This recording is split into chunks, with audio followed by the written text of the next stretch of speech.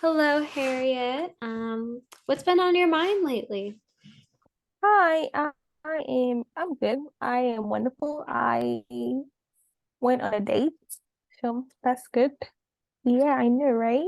Awesome. How did that go? It went well. It went well. Yes, it did go well. Too good. Super good.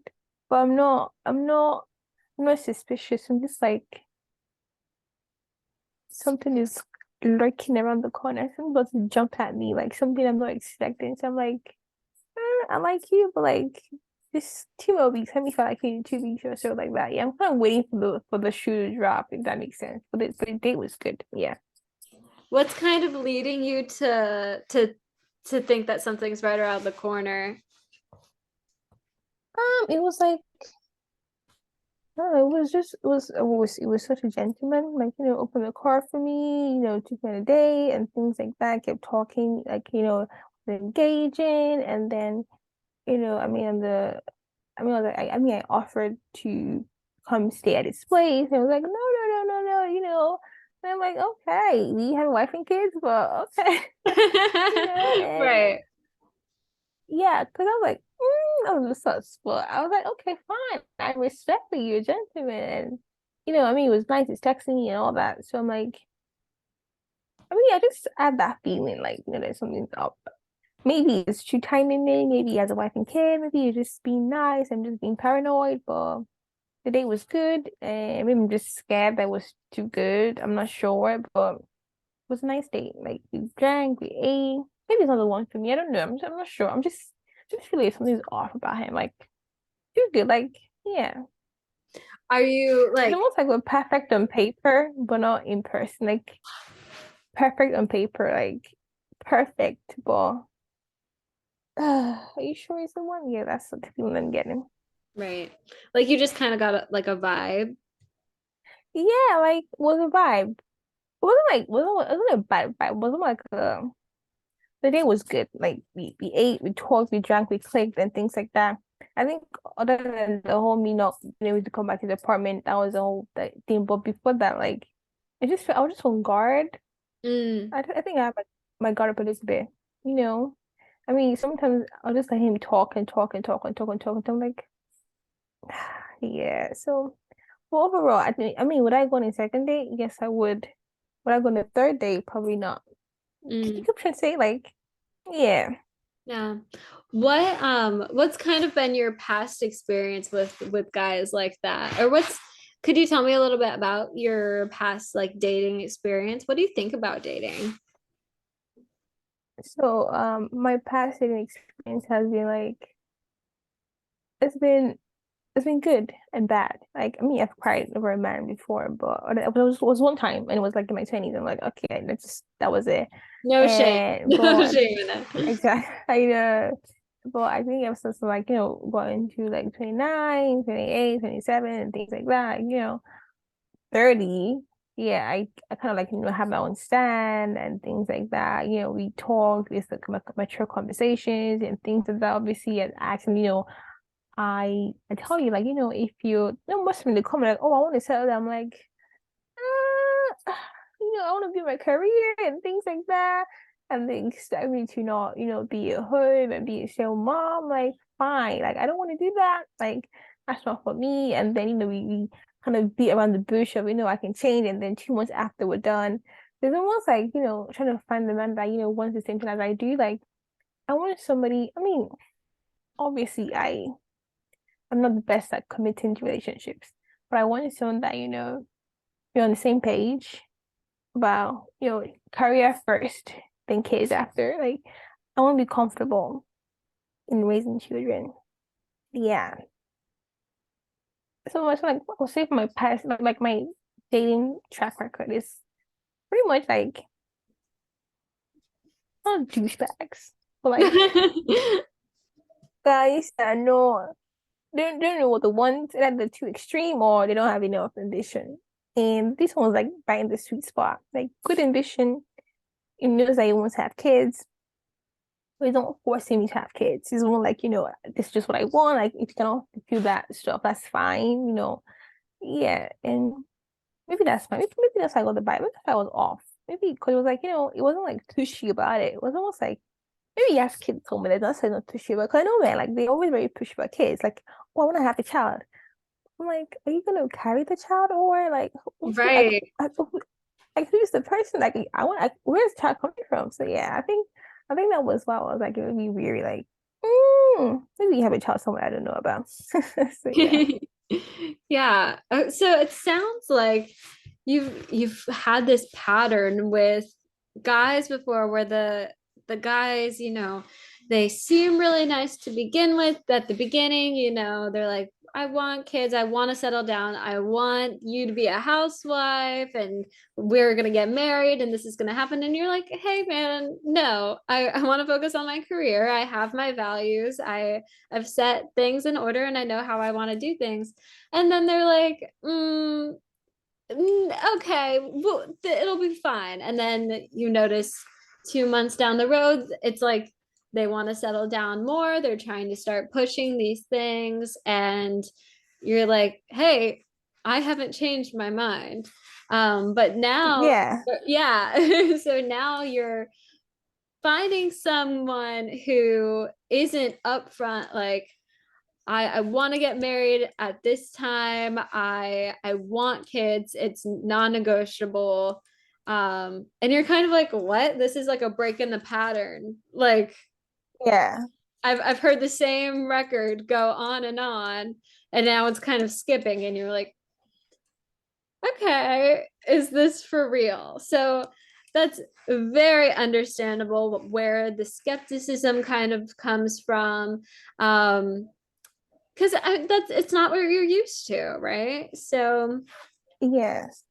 yeah, that's very understandable. When we talked during the biopsychosocial and even the intake meeting with the confidentiality form and consent to treatment, we talked a little bit about like what you wanted to focus on, and it was commitment. Um, but could you tell me a little bit about your values and what commitment, like what you really want and what commitment means to you? Because it means something different to everyone. So I think for me, my values are family. Like, I mean, obviously, my parents is divorced, but regardless of that, we're still a big family. We still like talk and things like that. Albeit like, being like a little bit tense sometimes, but there's still that family value. And I want honesty. I believe that, you have to be honest with me in being communicative. Like that's a value that I strive for. Like, I don't want to be communicative person that, that is stonewalling me, like, selling treatment and all that. And I think for me, the biggest thing that I need to feel like I can commit to a person is consistency. Like Mm. your behavior has to have a pattern. Like there has to be a pattern of good behavior. If you're wishy-washy today and then good tomorrow, wishy-washy next week and then good tomorrow, like I cannot commit to that because you don't have the track of being consistent in your behaviors. And so when you come to me and say, oh, I want to marry you, or I want to settle down, I want to take things to the next level, like I cannot for the life of me take you seriously because you're not consistent in your behavior. Like your words is not matching your actions. And so when I say, oh, I don't want to do this anymore, like, oh, why? Like, yeah, like, because you're not being consistent. So yeah, I think that is where my issue comes from. Like, I mean, my dad was inconsistent, my mom. And so I don't want to replica of that in my own personal life. So yeah. Yeah. How do you think, like, how has seeing the relationship with your dad, your mom, and your stepmom, we talked about this during the biopsychosocial. How do you think seeing that play out has kind of affected you or your view on what it means to settle?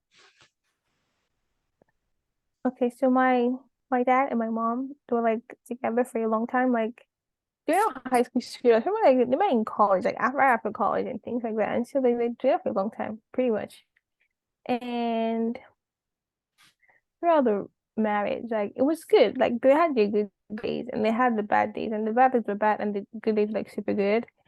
And I think that over the time, the bad sort of starts to outweigh the good.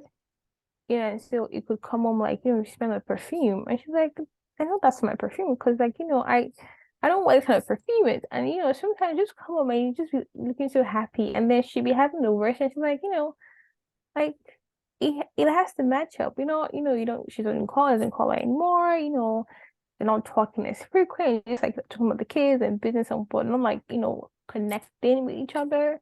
Yeah. And so I think when Eve had the affair, she wasn't really surprised.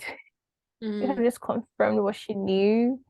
And she was heartbroken because she felt like she was hoping that wasn't true. And so when it did like become a reality, she was heartbroken. I think that that's not something I ever want to experience because I my sister with that for her during that period. And we were kids per se, but we're like I think we were like 25, 24, and so it was like it's still fresh. So I'm not fresh per se, but like we still know what it was.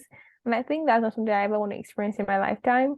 And with our stepmother, her being like almost our age group and things like that, it's almost like bittersweet. Like, obviously men want not younger women, but like they want women that, submit or, women that, raise pop up babies and I'm like, even my dad is a took a is I don't know, if I'm a younger lady, like yeah. like how does that work? Like, I mean, obviously, I want to settle down, but I want someone that understands that I am more than a baby making machine. I am more than a housewife. I am my own person. I am my own person. I don't want to be discarded after I give birth to kids for you, and then you go find a younger lady. I'm like, no. So I think that's probably why I'm picky. Like, Yeah. yeah. So And I think that's it. yeah, there is also nothing wrong with being picky. You don't know what's right until you know what's wrong. True.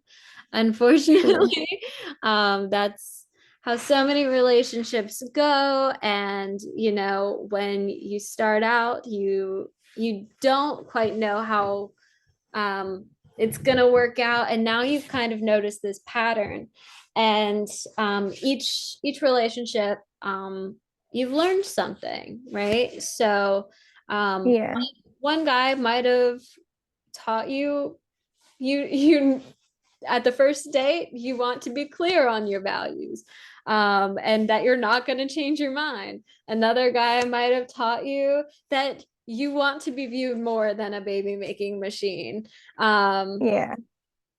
so, yeah, what do you think some of the most important lessons you have learned from your parents' relationships and your own relationships have been that have really kind of changed your perspective on what love is and what like intimacy is, or commitment, like actually being committed to a person? What do you think some lessons you have learned along the way have been? So I think what I've learned is that if if somebody like being made a priority is not as difficult as people make it to be. Like if I am a priority in your life, you always find a way to make me like, satisfied or, be in the know-how. I think, communicating and being acknowledged, like, oh, I did this for you. Oh, thank you for doing that for me. Like I don't want to be anybody's maid or servant or like, Yeah. because oh, I'm supposed to do that. Like regardless of it, maybe I'm supposed to, like, you need to acknowledge that I did it for you. I mean, you don't have to say it every time, but like, I just need to know that you're acknowledging my presence and my help with you. Because I know that before the divorce for my parents, like, my mom was always complaining that, he kind of treated her less than his wife, Mm, almost like she was his, almost like he was a third child. Yeah, and it was like she was trying to, pick up after him. He wouldn't say thank you, or he wouldn't like even acknowledge that he did something I wasn't supposed to do. And I think that's not something I want for me. And in my relationships that I've had that went past the first date, yeah, like I think there's a complacency that goes on, mm, almost like, you've got the girl and that's it. Like it didn't make me feel secure enough because, my dad got the girl, had two kids, and then did cheat on her. Like, Mm-hmm. yeah. So I mean, I need more than you got the girl, and then that's it. I'm not married to you. Like, you cannot be. I mean, and that's good for me because I know that I am above and beyond. Like, when I love you, I love you. Mm-hmm. And sorry to all the exes, but I did not love all of them. Yeah.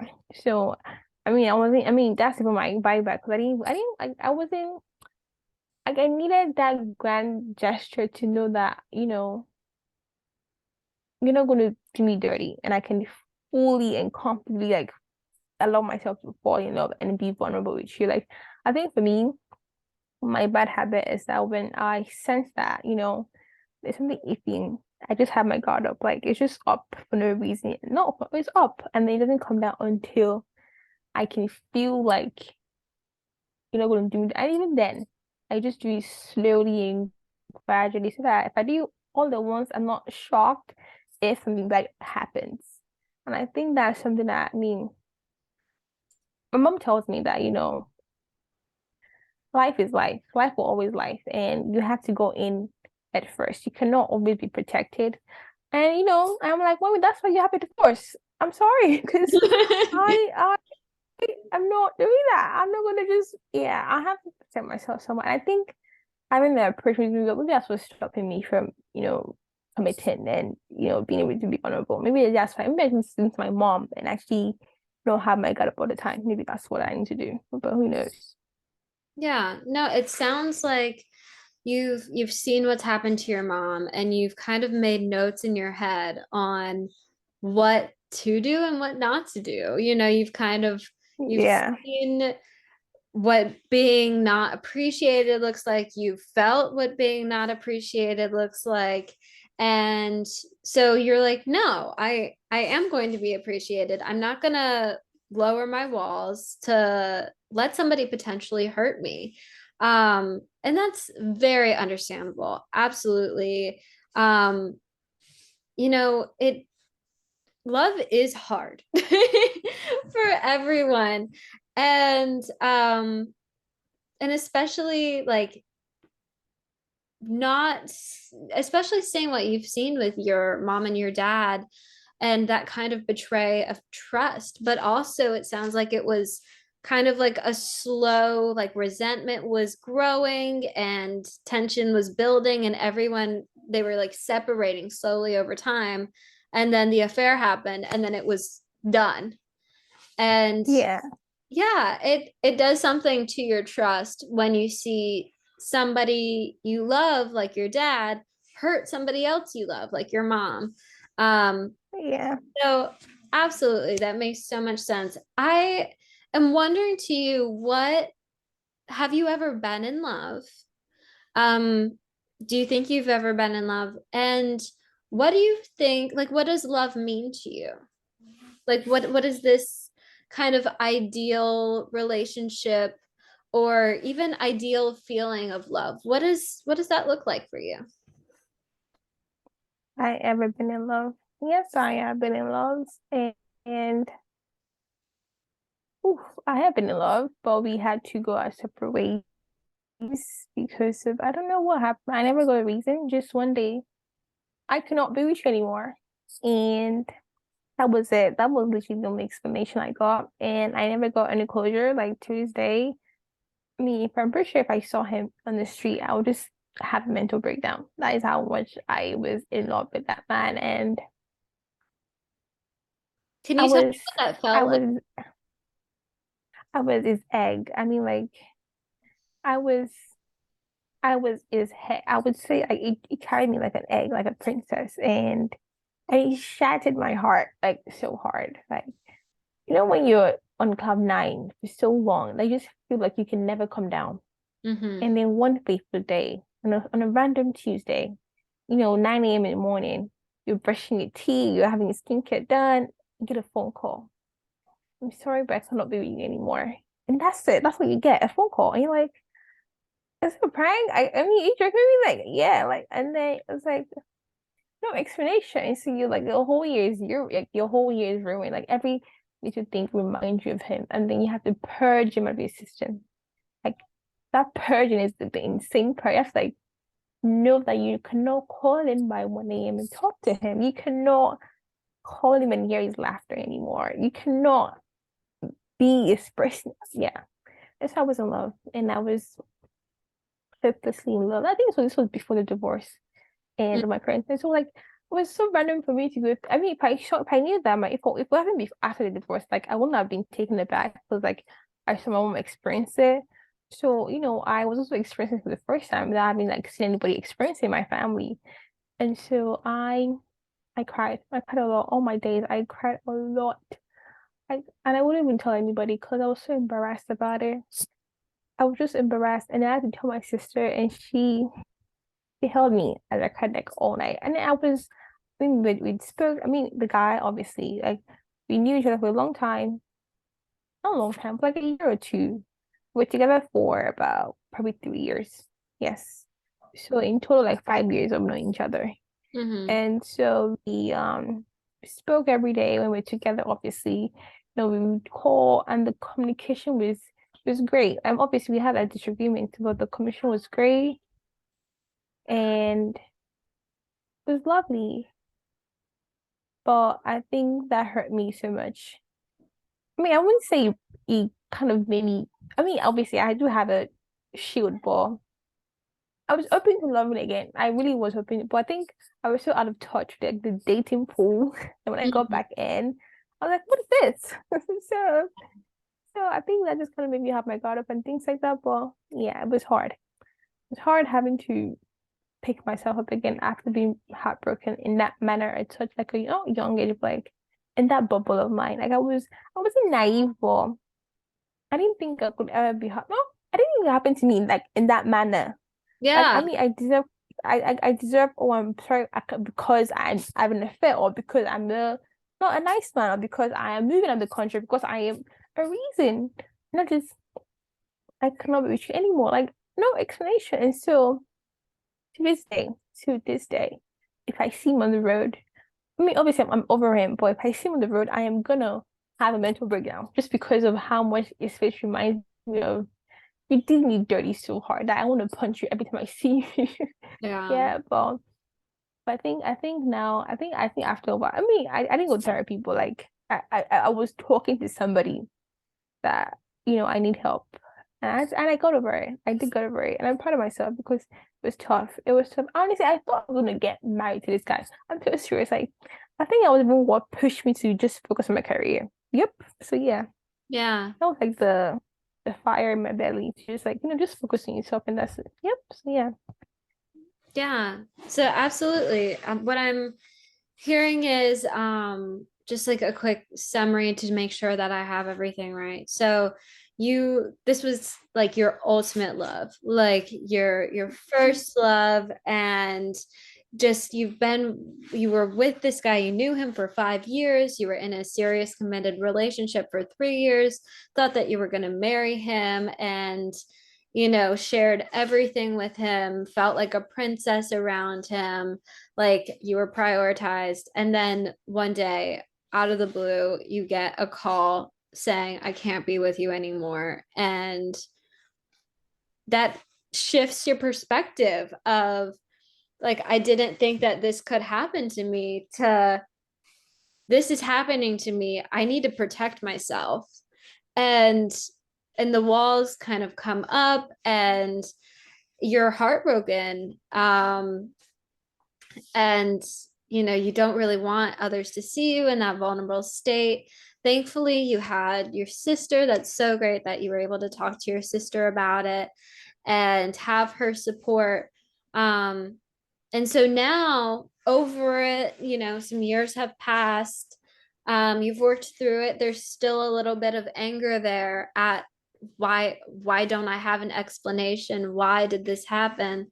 But now when you are on relationships, you're like, okay, well, someone could just out of the blue, when I'm so emotionally invested, hurt me again. And you're like afraid of that. um do I have that correct? Yes. Yeah, yeah, that, and that makes so much sense. Like my heart is hurting even hearing that story of what happened to you, because that is really unfair to you. And I know you never got to have that closure, and I'm really sorry for that. Um, and maybe in the future, if you reach out and just say, "Hey, why did you do that? Can I have an explanation?" Maybe one day that'll happen when you're ready, when you want to reach out. Maybe not if you're okay without that, or just, you guys go separate ways. But that is something very hard to go through. And then following that, you mentioned this happened before the divorce. So you have your stuff, and then you see your mom and dad, your dad have an affair, and that trust is further broken. So it sounds like there's a lot of fear and protectiveness. Like you want to protect yourself and not let yourself get super emotionally attached, which makes so much sense. What what kind of hearing this, how do you want to kind of proceed?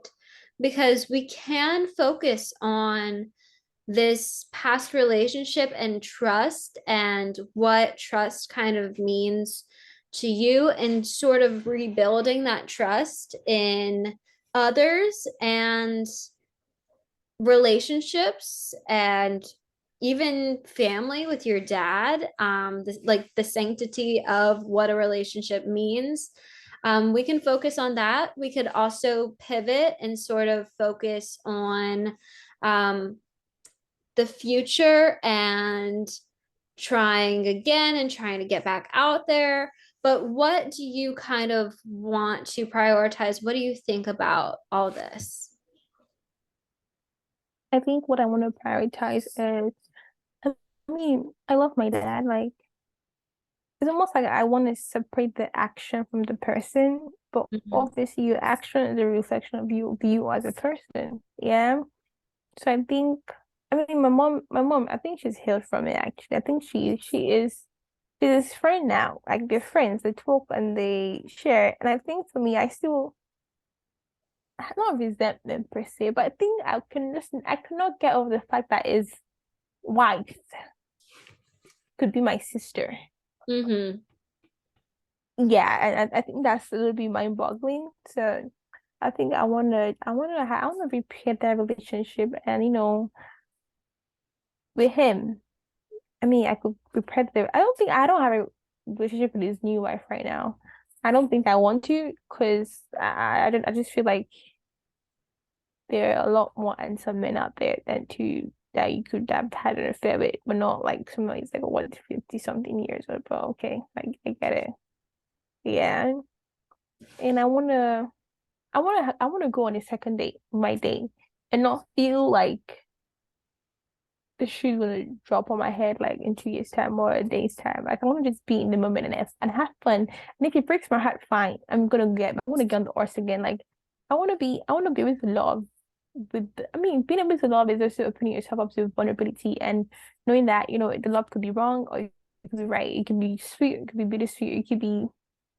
I have a friend. Yeah, Mm-hmm. her and her boyfriend are in a long distance relationship, and they've been in a long distance relationship for 3 years, and they have their fights, like lovely.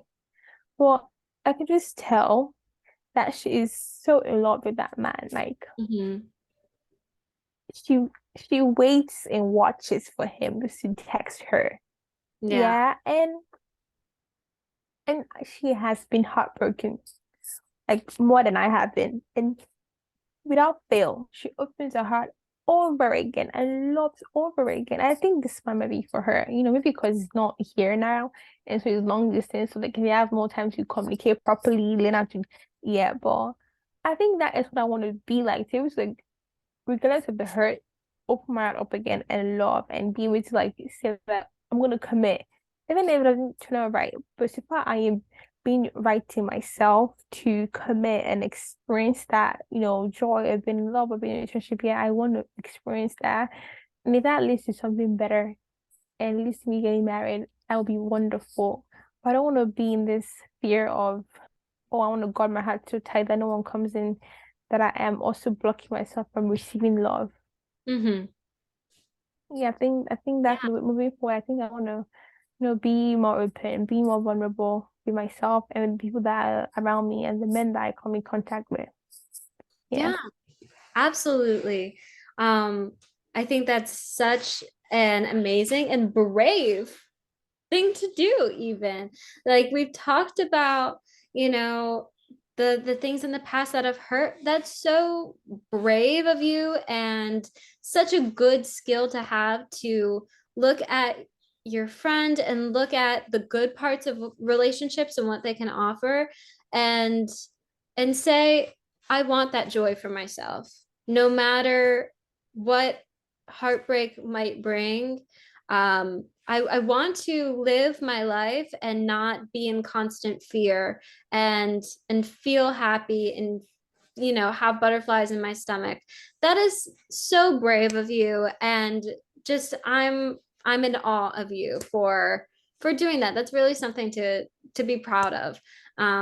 So absolutely, continuing forward, we will focus on repairing that trust with your dad, with relationships, and keep pushing forward, and we will talk about the good dates and the bad dates, and what what your trust in relationships, how that's affected by the dates, but also your trust in yourself and ability to be open and vulnerable. So I'm really I think we have a really good plan for going forward, and we do have about 6 minutes left in the session.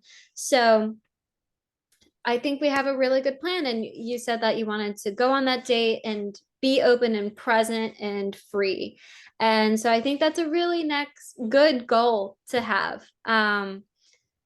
Like before the next session, that'd be great. Or even if you just schedule it before this next session, whatever timeline you are working on is great, because you're working on it, right?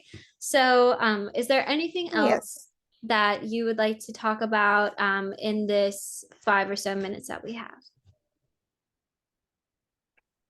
No, I think I covered all of it. Okay, awesome. Well, thank you so much for sharing your story and being vulnerable with me, and talking about that difficult time in your life. I really appreciate that, and I think that being vulnerable is the first step in growth and change, and you're already showing that you want to grow and change, and that's amazing. So for the next session, we planned earlier on the other meetings on doing every week. So is that still all right, or has anything changed? No, that's still fine. Okay, so how does next Monday at 10:30 sound? That is wonderful. Okay, awesome. So I will see you then, and I hope you have a great week. You too. Thank you.